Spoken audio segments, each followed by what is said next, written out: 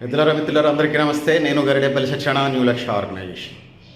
Social మీడియాలో వాట్సాప్లో వచ్చేటువంటి పుకార్లని, పనిలేని వాళ్ళు పంపించినటువంటి పుకార్లని ముసలి వాళ్ళు ఎక్కువ పంపిస్తున్నారు. ఈ తరహా అంటే సీనియర్ సిటిజన్స్ అందరూ అట్లాంటి వాళ్ళు కాదు, ఎవరో ఒకడు.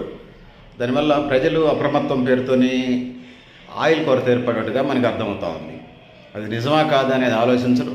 రోజు ఒక 50 రూపాయలు లేకపోతే 1 లీటర్ కొట్టించుకునేవాళ్ళు ఇలా ఫుల్ ట్యాంకులు 1000 రూపాయలు 1500 కొట్టించుకొని అసలు నెలకు సరిపడా కొట్టించుకుంటా ఉన్నారు. సో అది జాలదన్నట్టుగా ఇంకేమవుతుంది, పసిపిల్లల పాల సీసాల దగ్గర నుంచి, సో స్ప్రైట్ బాటిల్స్ దగ్గర నుంచి, 2 లీటర్ల బాటిల్ దగ్గర నుంచి, సో నెలకు సరిపడా ఆయిల్ కొట్టించుకుంటా ఉన్నారు. ఈ పరిస్థితి మనకు కనపడతా ఉంది. సో ఇంటర్నేషనల్ మార్కెట్లో వాస్తవంగా క్రూడ్ ఆయిల్ ధరలు పెరిగిన మాట అయితే వాస్తవం.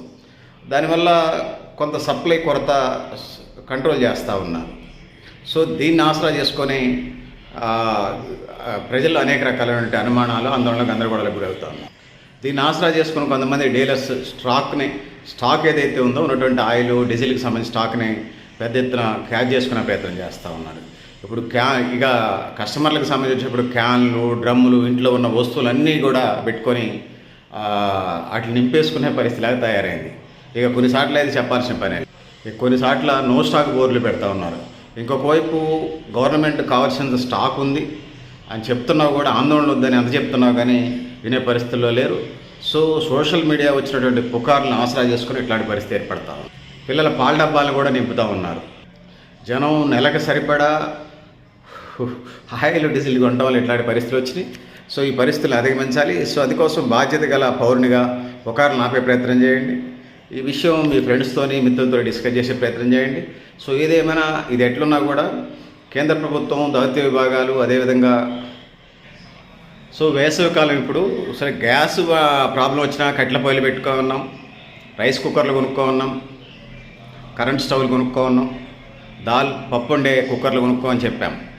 సరే అగ్రికల్చర్కి సంబంధించి అటు ఇండస్ట్రియల్ సెక్టార్, ఇటు అగ్రికల్చర్ సెక్టార్కి సంబంధించి ట్రాక్టర్లు, యంత్రాలకు సంబంధించి డీజిల్, పెట్రోల్ అవసరం ఉన్నది.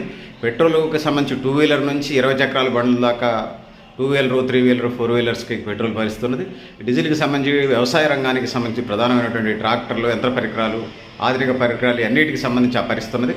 అందుకోసం ప్రభుత్వం, కేంద్ర ప్రభుత్వం, ఆయిల్ మంత్రిత్వ శాఖ, అదేవిధంగా రాష్ట్ర ప్రభుత్వం, అదేవిధంగా దౌత్య కార్యాలయాలు ఏదైతే ఉన్నదో ప్రభుత్వం చొరవ చూపి దాని మీద ఫోకస్ పెట్టి ఆ విధంగా ముందుకు పోవాల్సిన అవసరం ఉందని తెలియజేసుకుంటూ, సో భవిష్యత్తులో వచ్చేటువంటి ఖరీఫ్ సీజన్, రబీ సీజన్లో ఉన్నటువంటి ఆయిల్ కొరత ఏమైనా వచ్చే పరిస్థితి చేయాలి.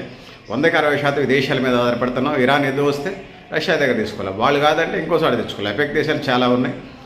ఇది ప్రజలు ఉప్పు మీద, పప్పు మీద, చింతపండు మీద, మంచినీళ్ళ మీద పన్నులు కట్టి మీకు శాలరీస్ ఇస్తుంటే గాడిదలు కాస్తున్నారా, గుడ్డి గుర్రాలు పళ్ళు దవ్వుతూ ఉన్నారా? సో అందుకోసం ఆ విధంగా ముందుకు పోవాల్సిన అవసరం ఉందని తెలియజేసుకుంటూ కేంద్ర రాష్ట్ర ప్రభుత్వాలు, సంబంధించిన మంత్రిత్వ శాఖలు, అధికారులు, పాలక వర్గాలు ప్రత్యేక ఫోకస్ పెట్టి కరోనా టైంలో ఒక పరిస్థితులు ఉన్నాయి, ఇప్పుడు ఒక పరిస్థితులు ఉన్నాయి కాబట్టి ఎప్పటికప్పుడు అప్రమత్తంగా ప్రజలను ముందుకు నడిపించడానికి నాయకత్వం ముందుకు రావాలి. అధికార ప్రతిపక్షాలు రాజకీయాలకు అతీతంగా ఈ సమస్యను అధిగమించి ముందుకు పోయే కార్యక్రమాలు చేయాలి.